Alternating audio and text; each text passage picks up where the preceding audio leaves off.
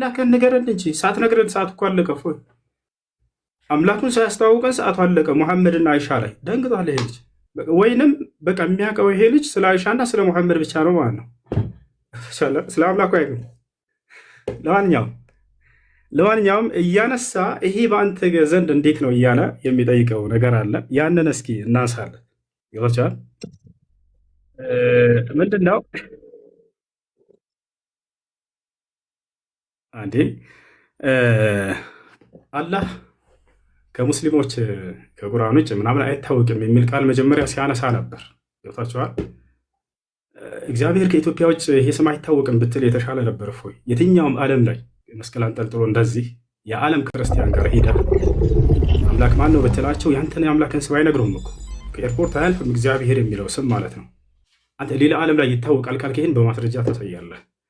አላህን ግን ሙስሊሞች ብቻ ናቸው ወይ የሚያውቁት አምላክነቱን? በቁርአን ላይ ብቻ ነው ወይ? ላ አይደለም።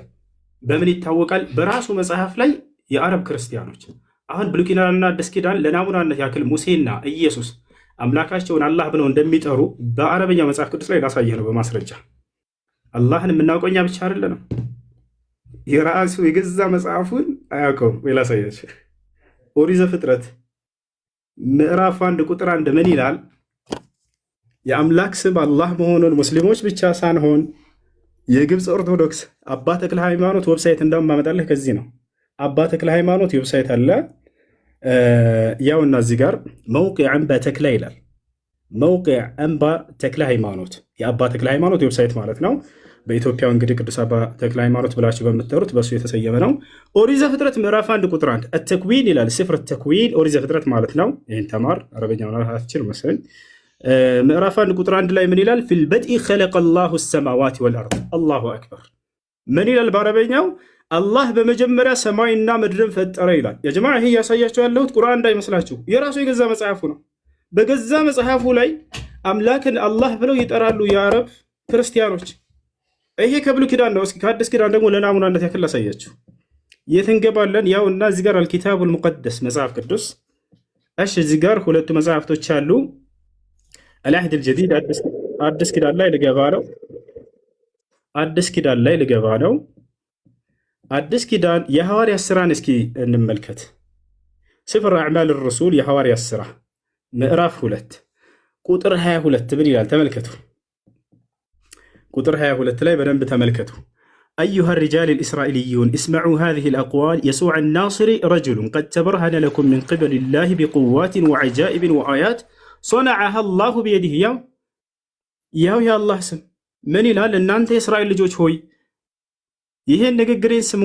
እናንተ እንደምታውቁት የናዝሬቱ ኢየሱስ አምላክ አላህ በእርሱ በኩል ድንቅና ተአምራትን ያደረገለት ለእናንተ የተገለጠ ሰው ነበር ይላል። ያው አላህ የአረበኛው መጽሐፍ ቅዱስ ይሄ ቁርአን አይደለም። ይሄ ልጅ ምን አለ? የአረቦች ሙስሊሞች እንጂ በቃ አላህ የሚለው እዛ እንጂ አይታወቅም። ላይ ክርስቲያኖች ወገኖች ራሳቸው በአረብ ሀገር ላይ ይሄንን የአምላክ ስም እንደሆነ በደንብ ያውቃሉ። ይሄንን እወቅ፣ ተማር። ሌላኛው ነገር ምን እያነሳ ነበር? ሌላኛው እሺ አሁን ሌላኛው ደግሞ የምጠይቀው ነቢያቶች አምላክ እግዚአብሔር እንደሆነ አስተምረዋል እያለ ነው። እስኪ ልክ እኔ የራሳችን መለኮታዊ መጽሐፍ ተብሎ የተገለጸውን ልንወያይ የተስማማንበትን ቁርአን ላይ ነቢያቶች አላህ አላህ አላህ ብለው እንደጠሩት አንተ ደግሞ የገዛ መጽሐፍህ ላይ በዕብራይስጥና በግሪክ አለለህ እዚያ ላይ አውጥተህ የአምላክ ስም ነቢያቶች እግዚአብሔር ነው ብለው የተናገሩበት አንድ ጥቅስ እንድታመጣ ፈልጋለሁ። ይሆናል አይደል? ከቁርአን ላይስ አላህ ብለው እንደጠሩ ነቢያቶች ታሳያለህ አንተ? አዎ በደንብ አሳያለሁ። ያው ማስረጃ ላውጣለህ። ለናሙናነት ያክል ማንን እናውጣ? ታላቁን ነቢይ አላህ ነቢዩ ኢየሱስን። ነቢዩ ዒሳ ምን አለ? ተመልከቱ።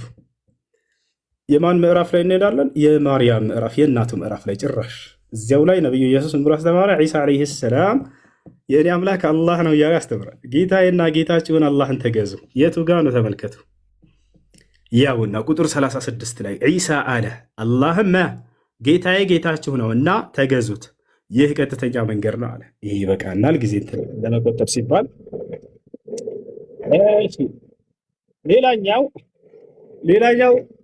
ሌላኛው ምን ብሎ ነበር? አላህ ከአርሽ በላይ ነው። አላህ ከአርሽ በላይ ነው ትላላችሁ። ለመሆኑ ከነቢያቶች አምላክ ከአርሽ በላይ እንደሆነ የተነገረበት እግዚአብሔር በዙፋኑ ላይ ቁጭ ብሏል። እግዚአብሔር በዙፋኑ ላይ ቁጭ ብሏል። ያውና ዙፋን ካላወቅ በአረበኛ አርሽ ማለት ነው። እሺ በአርሽ ላይ ስትል ነበር። አርሽ የአረበኛ ቃል ስለሆነ ነው።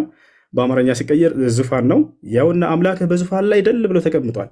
መጽሐፈ ነገሥት ቀዳማዊ ምዕራፍ 22 ቁጥር 19 ሚልክያስም አለ እንግዲህ የእግዚአብሔርን ቃል ስማ፣ እግዚአብሔር በዙፋኑ ተቀምጦ ያሰላም። እግዚአብሔር በዙፋኑ ተቀምጦ ሌላን ጨምር።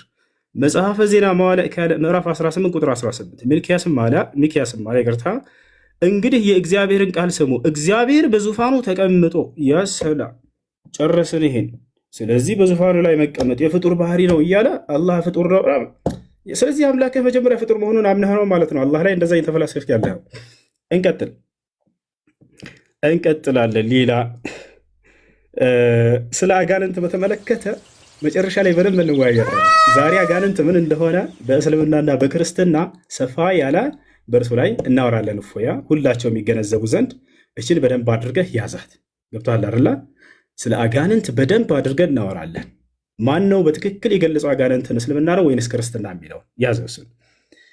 እሺ አላህ ጣት አለው፣ ጣት ካለው ደግሞ ፍጡር ነው እያለን ነበር። ላ ያ አኺ እግዚአብሔር ጣት አለው። ያው ማስረጃ ያው ኦሪት ዘጸአት ምዕራፍ 8 ቁጥር 19 ጠንቋዮችን ፈርዖንን ይህስ የእግዚአብሔር ጣት ነው አሉት። እሺ ችግር የለውም ይሄ ጠንቋዮች ናቸው ያሉት እንለፈው።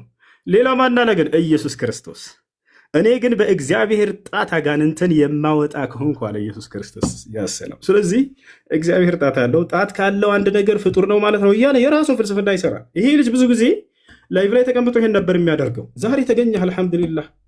የሆነ ሐዲስ ያነሳና የራሱን ፍልስፍና ይሰራል። የሆነ ቁርአን ያነሳና የራሱን ፍልስፍና ይሰራል። በዚያ ከታች ያሉት ወገኖችን ያስቃል። በቃ እውነት ላይ ያሉ ያስመስላቸዋል። ገብታችኋል?